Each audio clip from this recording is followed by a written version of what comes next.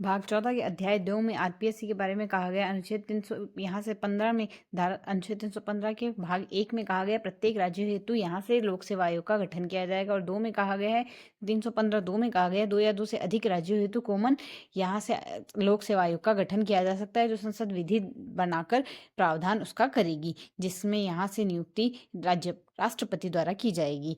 और 316(1) में कहा गया है नियुक्ति यहाँ से प्रत्येक राज्य हेतु जो लोक सेवा आयोग होगा उसमें नियुक्ति अध्यक्ष व सदस्यों की नियुक्ति राज्यपाल द्वारा की जाएगी। और यहाँ से नियुक्ति उनकी की जाएगी जिन्हें राज्य सेवा या फिर केंद्रीय सेवा में मिनिमम 10 वर्ष का अनुभव हो काम करने का। और सदस्यों की संख्या कोई फिक्स नहीं है, राज्यपाल अपने यहाँ से स्वेच्छा से उसके अनुसार डिसाइड कर सकता है। 316(2) में कहा गया है जो अध्यक्ष व सदस्यों में यहाँ से 6 वर्ष या 62 वर्ष जो भी पहले हो उस हिसाब से नियुक्ति की जाएगी। पुनर्नियुक्ति के ये पात्र नहीं होंगे। और 41वें संविधान संशोधन 1976 की धारा 2 में यहाँ से आयु 60 से 62 वर्ष की गई थी। पहले 60 वर्ष थी जिसे चेंज करके 62 वर्ष कर दी गई है। 317 में कहा गया है कि इनको हटाने का अधिकार राष्ट्रपति के पास होगा। राष्ट्रपति द्वारा अनुच्छेद 145 के उच्चतम न्यायालय द्वारा दोष सिद्ध होने पर ही इन्हें हटाया जाएगा। 318 में कहा गया सेवा शर्तें राज्यपाल द्वारा डिसाइड की जाएगी। 319 में कहा गया है कि पुनर्नियुक्ति के लिए अपात्र होंगे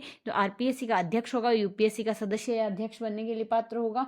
और जो यहाँ से इसके सदस्य होंगे आरपीएससी के, वो आरपीएससी के अध्यक्ष बनने के पात्र होंगे या फिर अन्य यूपीएससी में अध्यक्ष या सदस्य बनने के पात्र होंगे। 320 में यहाँ से कहा गया है कि आरपीएससी के कार्य के बारे में कहा गया। 322 में कहा गया है वेतन भत्ते पेंशन राज्य संचित निधि पर भारित होंगे। 323(2) में कहा गया प्रतिवेदन अध्यक्ष यह जो यहाँ से आरपीएससी अपना वार्षिक प्रतिवेदन जो देगी वो राज्यपाल को देगी और राज्यपाल इसे विधानमंडल के समक्ष प्रस्तुत करेगा। आरपीएससी की प्रकृति सलाहकारी है, सरकार हेतु यह बाध्यकारी नहीं है।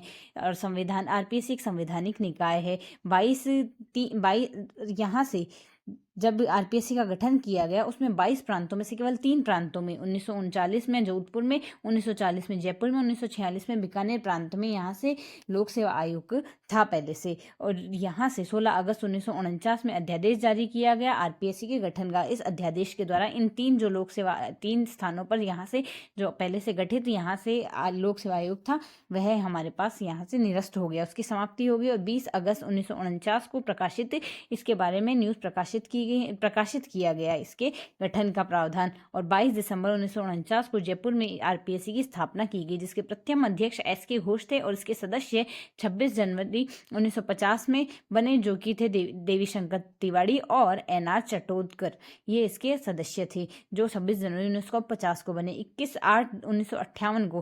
अगस्त 1958 को अजमेर में सत्यनारायण राव समिति की सिफारिश पर इसे अजमेर में स्थानांतरित कर दिया गया।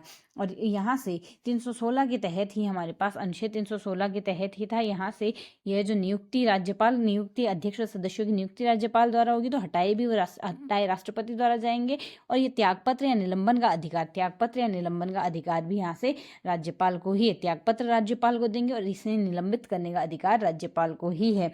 और 1949 में यहाँ से आरपीएससी की संरचना जो थी वह थी 1+2 की, अर्थात 1 अध्यक्ष व 2 सदस्य। 1962 में 1+3 की गई, 1965 में 1+4 की गई, 1985 में 1+5 की होगी और 2011 में 1+7 की होगी, अर्थात करंट में इसकी संरचना 1+7 की है। 1949, 1962, 65, 85, 2011 ये प्रोसेस रही है। 49, 62, 65, 85, 11 यहाँ से सदस्यों की संख्या में क्या क्या परिवर्तन आया 2, 3, 4, 5 और करंट में है 7।